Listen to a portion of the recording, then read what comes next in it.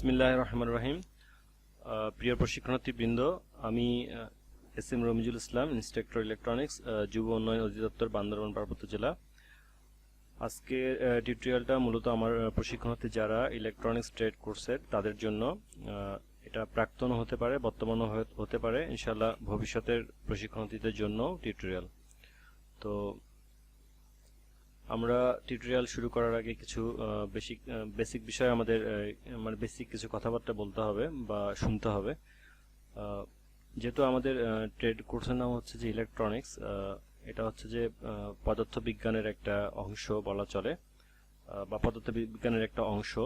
তো basic electronics জানতে গেলে আমাদের সাধারণ বিজ্ঞান সম্পর্কে কিছু বিষয় জানতে হবে।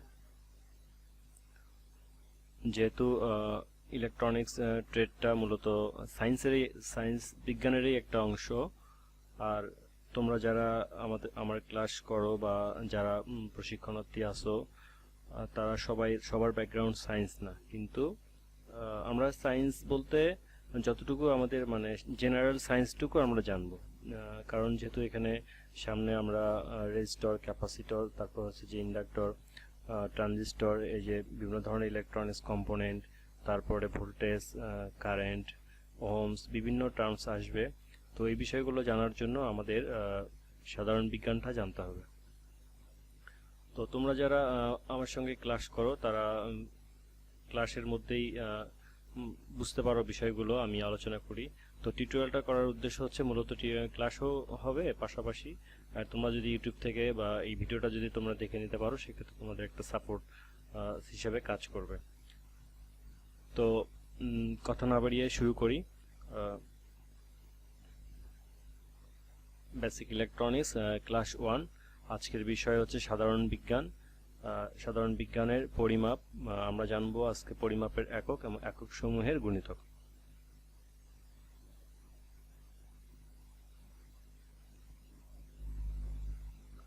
তো প্রথমেই আমরা জানবো যে পরিমাপ কি। কোনো কিছুর পরিমাণ নির্ণয় করাকে বলা হয় পরিমাপ। আমাদের দৈনন্দিন জীবনের মাপজোকের বিষয়কে পরিমাপের সাহায্যে বোঝা যায়। কোনো কিছুর পরিমাণ জানার জন্য আমাদের পরিমাপ করতে হয়। তাহলে পরিমাপ কি? যে কোনো কিছুর পরিমাণ নির্ণয় করাকে বলা হয় পরিমাপ। যেমন হতে পারে যে 1 কিলোগ্রাম চিনি, 1 কিলোগ্রাম চিনি, তারপর 220 ভোল্ট, এরপর হচ্ছে যে 10 অ্যাম্পিয়ার কারেন্ট। এই যে 10 অ্যাম্পিয়ার কারেন্ট, 220 ভোল্ট, 1 কিলোগ্রাম চিনি, এগুলো হচ্ছে সবগুলো কি? সবগুলো হচ্ছে এগুলো পরিমাণ নির্ণয় করা হয়। এগুলোকে বলা হয় পরিমাপ। তো আমরা বিষয়টা আরো একটু যাই সামনের দিকে।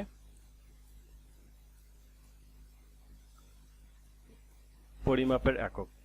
তো যে আদর্শ পরিমাণের সাথে তুলনা করে ভৌত রাশিকে পরিমাপ করা হয়, তা যে আদর্শ পরিমাণের সাথে তুলনা করে ভৌত রাশিকে পরিমাপ করা হয় তাকে বলা হয় পরিমাপের একক। যেমন দৈর্ঘ্যের একক মিটার, ভরের একক কিলোগ্রাম এবং সময়ের একক সেকেন্ড। তাহলে পরিমাপের একক কি আমরা জানলাম, যে আদর্শ পরিমাণের সাথে তুলনা করে ভৌত রাশিকে পরিমাপ করা হয় তাকে বলা হয় পরিমাপের একক। তো আমরা বিষয়গুলো আরো জানবো সামনের দিকে। তো আমরা একটু আগাই। এখানে একটা চার্ট আমরা দেখতে পাচ্ছি, এটাকে বলা হয় সায়েন্টিফিক নোটেশন বা বৈজ্ঞানিক স্বরলিপি।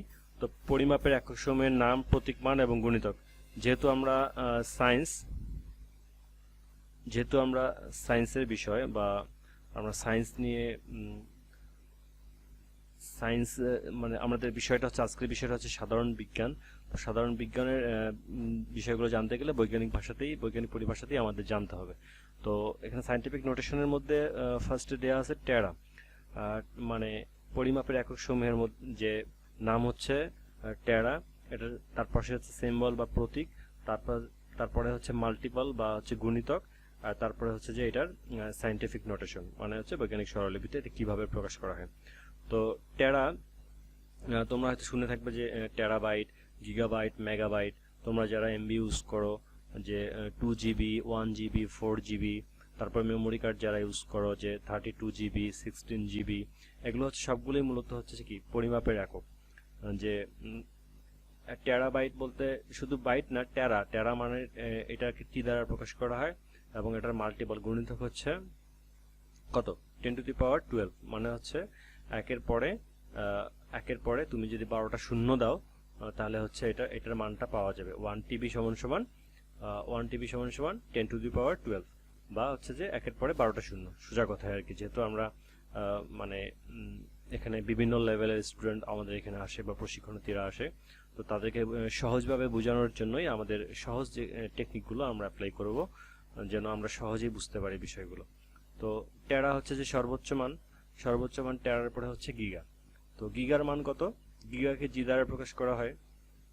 তোমরা যারা জিবি ইউজ করো, তাই না, তো তারা তো সবাই গিগার সঙ্গে পরিচিত আছো। যে গিগাকে জি দ্বারা প্রকাশ করা হয়, আর এর মাল্টিপল হচ্ছে 10^9, মানে হচ্ছে একের পরে 9টা শূন্য। একের পরে 9টা শূন্য তুমি হিসাব করো, যত হয় এটা হচ্ছে গিগার মান। তাহলে 1 GB বা 1 গিগা বলতে আমরা কি বুঝবো? যে একের পরে 9টা শূন্য দিলে যে মানটা আসে, একক, দশক, শতক এভাবে হিসাব করে, সেটাই হচ্ছে গিগার মান। গিগার পরে আস্তে আস্তে মেগা। মেগাকে এম দ্বারা প্রকাশ করা হয়, এটা ক্যাপিটাল অবশ্যই। টেরা, গিগা, মেগা এগুলো সবগুলোকে ক্যাপিটাল লেটার দিয়ে প্রকাশ করতে হবে, সিম্বলগুলোকে ক্যাপিটাল লেটার দিয়ে লিখতে হবে তোমাকে। তো মেগা ক্যাপিটাল এম, এরপরে মাল্টিপল হচ্ছে 10^6, মানে একের পরে 6টা শূন্য। এটা হচ্ছে মেগার মান। 1 মেগা, 2 মেগা, এভাবে মেগা হবে। এরপরে যখন মেগা থেকে 10^9 যাবে, সেটা হয়ে যাবে গিগা। গিগার পর উপরে হচ্ছে টেরা। যাই হোক, আর এরপরে হচ্ছে মেগার পরে হচ্ছে কিলো। কিলো হচ্ছে এর সিম্বলটা হবে যে স্মল লেটার কে দ্বারা কিলো প্রকাশ করা হয়, আর এটার হচ্ছে গুণিতকটা হচ্ছে 10^3, মানে হচ্ছে যে একের পরে 3টা শূন্য। ওয়ান তোমরা সবাই জানো 1 কেজি, 1 কেজি মানে 1 কিলোগ্রাম। তারপরে হচ্ছে 1 কিলোমিটার মানে 1 কিলোমিটার। তো এভাবেই মানে প্রকাশ করা হয় পরিমাপের এককগুলো। এরপরে ইউনিটসটা হচ্ছে যে 1, তারপর হচ্ছে যে এটা 10^0 মানে এর মান হচ্ছে 1। এরপর হচ্ছে মিলিটা সিম্বল হবে স্মল লেটার এম, আর এটার মাল্টিপল হচ্ছে এটার হচ্ছে যে মানে সাইন্টিফিক নোটেশন হচ্ছে 10^-3, মানে হচ্ছে 0.2টা শূন্য তারপরে 1। এভাবে এটার মান আমরা লিখবো। যদিও চার্টের মধ্যে বিষয়টা দেখা যাচ্ছে যে তোমার 1 ডিভাইডেড বাই কত 1 কে এর মান, তাহলে এটা দিয়ে তোমার যদি মানে ভাগ করা হয়, দেন তুমি ওইটাই পাবা। কোনটা পাবা?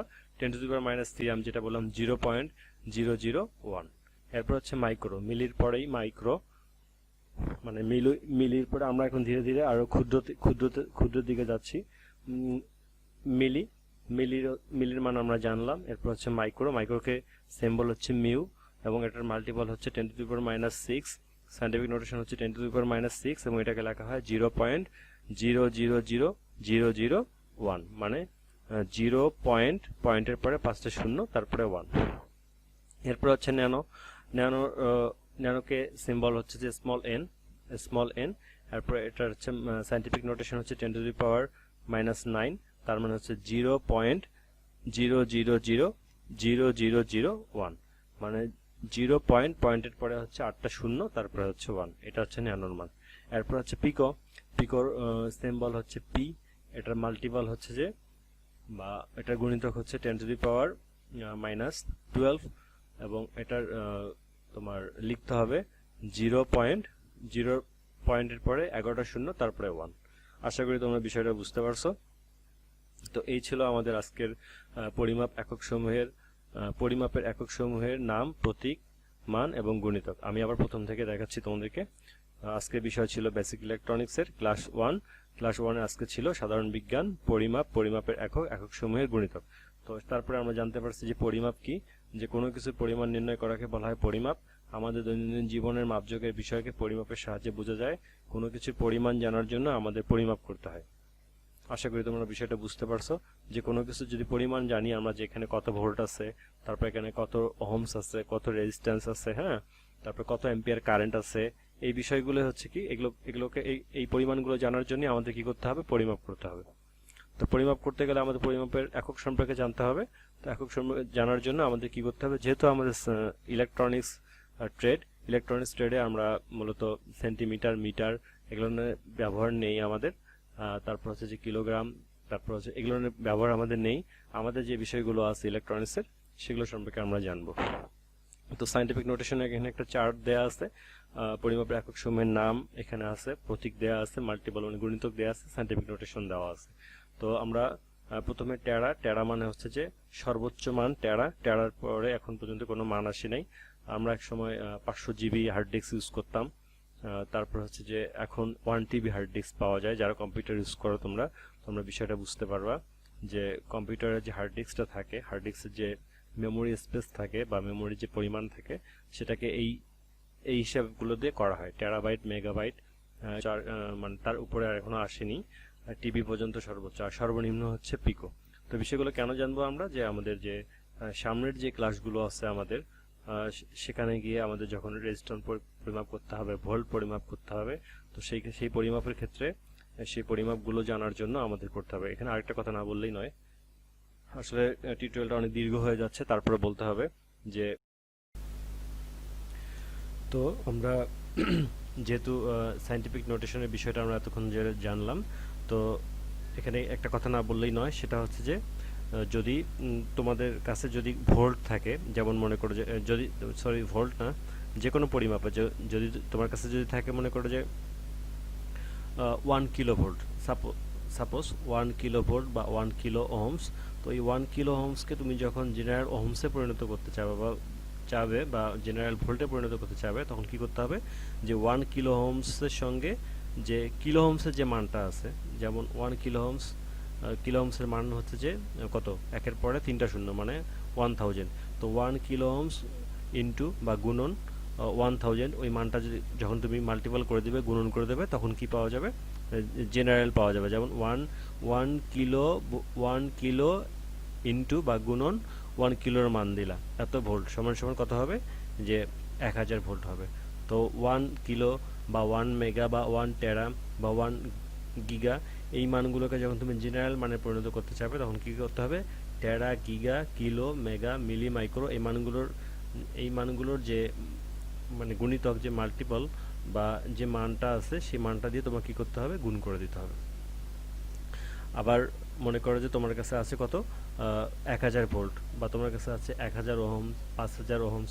তো 1000 ওহমস, 5000 ওহমসকে যখন তুমি কিলো, মেগা, মিলি, মাইক্রোতে পরিণত করতে চাবে, তখন কি করতে হবে, যে 1000 ওহমসকে কিলোর যে মানটা আছে, 1000 কিলো, 1000 ভোল্ট, 1000 ভোল্ট মানে কত, 1 কিলো। তো 1 কিলোর যে মানে মানটা আছে, মানে একের পরে 3টা শূন্য, এটা দিয়ে তোমাকে ভাগ করে দিতে হবে। এটা দিয়ে ভাগ করে দিলে তো কত মান পাওয়া যাবে, যে কত আছে তোমার কাছে, 1000 ভোল্ট বা 1000 ওহমস। ওইটাকে যখন তুমি কিলো মানে পরিণত করতে যাবে, কিলোর মান কত, 1000 ভোল্ট সমান সমান 1000 ভোল্ট ভাগ কিলোর মান কত, 1000। তাহলে ভাগ করে দিলে কত পাওয়া যাবে, 1 কিলো ওহমস পাওয়া যাবে। তো তাহলে জেনারেল মান থেকে মনে করো যে জেনারেল 1000 ভোল্ট বা এরকম 5000 ভোল্ট, এটাকে যখন তুমি কিলো মানে পরিণত করতে চাবে, তো কিলোর যে মানটা আছে সেটা সে মান দিয়ে তোমাকে ভাগ করতে হবে। ভাগ করলে ওই কিলো মানটা 1 কিলো, 5 কিলো এগুলো পাওয়া যাবে।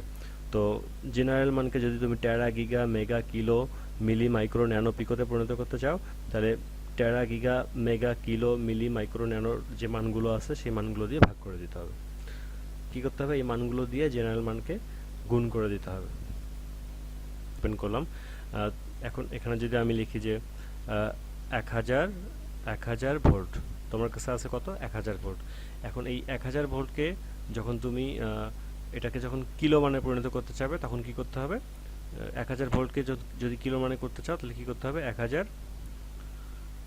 ভোল্ট ভাগ কিলোর মান কত, 1000। এটাকে যখন তুমি ভাগ করলে কত পাওয়া যাবে, 1 কিলো, মানে হচ্ছে কত, কিলোর মান আমরা পেয়ে গেলাম। এই কিলোর মান পেয়ে গেলাম। কিলোর মান কত, কিলোর মান হচ্ছে 1, একের পরে 3টা শূন্য বা 10⁻³ তো এই মানটাকে যখন আমরা এই 1000 ভোল্টকে যখন কিলোর মান দিয়ে আমরা ভাগ করে দিব তখন এই 1000টা কিলোতে পরিণত হবে। ঠিক আছে, আবার মনে করো যে 1 কিলো 1 কিলোভোল্ট আছে, তোমার কাছে কত আছে 1 কিলোভোল্ট। এই 1 কিলোভোল্টকে যখন তুমি জেনারেল ভোল্টে পরিণত করতে চাবা তখন কি করতে হবে যে 1 কিলো তখন মাল্টিপল করে দিতে হবে 1 কিলো গুণন কিলোর মান কত, কিলোর মান হচ্ছে একের পরে 3টা শূন্য, তাহলে ইকুয়াল কত হবে 1 কিলো ইন্টু একের পরে 3টা শূন্য মানে 1000, এটা সমান সমান কত হবে 1000 কিলোভোল্ট। আশা করি তোমরা বুঝতে পারছো। এইভাবে 1000 ভোল্ট বা 5000 ভোল্ট, এই 1000 5000কে যখন তুমি কিলো মানে পরিণত করতে চাবা তো কিলোর যে মানটা আছে সেটা দিয়ে ভাগ করে দিতে হবে। আবার মনে করো যে 5K বা 1K এইটাকে যখন তুমি জেনারেল ভোল্টে পরিণত করতে চাবা বা জেনারেল মানে পরিণত করতে চাবা তখন কি করতে হবে যে 1K বা 5K এর সঙ্গে যে কিলোর যে মানটা আছে সেই মানটা দিয়ে মাল্টিপ্লাই করতে আছে তোমাদের জন্য। আসলে আমি একটু আগে বলেছিলাম যে 1 কিলো ভোল্টকে যখন তুমি 1 কিলো ভোল্টকে যখন জেনারেল ভোল্টে পরিণত করতে চাবে তখন কি করতে হবে কিলো ভোল্টের মান দিয়ে তোমাকে মাল্টিপ্লাই করে দিতে হবে। তাহলে 1 কিলো ভোল্ট সমান সমান এটাকে যখন আমরা ভোল্টে পরিণত করব তাহলে কিলো ভোল্টের মান দিয়ে মাল্টিপ্লাই করব, তাহলে 1 কিলো মানে 1 মাল্টিপ্লাই করতে হবে কিলোর মান দিয়ে, তাহলে কত হবে 1000 ভোল্ট হবে, 1000 ভোল্ট হবে। এটা আমি প্রথমে বলেছিলাম যে কিলো ভোল্ট, আসলে এটা একটু কারেকশন করতে হবে। তো এই পর্যন্ত তোমরা ভালো থাকবে। তোমরা বুঝতে পারছো, যদি তোমরা না বুঝো আমাকে কমেন্টসে জানাবা, আমি বিষয়গুলো আরও তোমাদেরকে কারেকশন করে আরও বোঝানোর জন্য চেষ্টা করব। তো সে পর্যন্ত সকলেই ভালো থাকবে। তোমাদের আজকে যে টিউটোরিয়ালটা ছিল এটা এতক্ষণ তো দেখার জন্য আন্তরিকভাবে ধন্যবাদ। আর টিউটোরিয়ালটা যদি ভালো লাগে তাহলে বন্ধুদের সঙ্গে শেয়ার করব। আর প্রতিনিয়ত নতুন টিউটোরিয়াল পেতে চ্যানেলটি সাবস্ক্রাইব করে সঙ্গে থাকো। শীঘ্রই দেখা হচ্ছে নতুন টিউটোরিয়াল নিয়ে, সে পর্যন্ত সকলেই ভালো থাকো।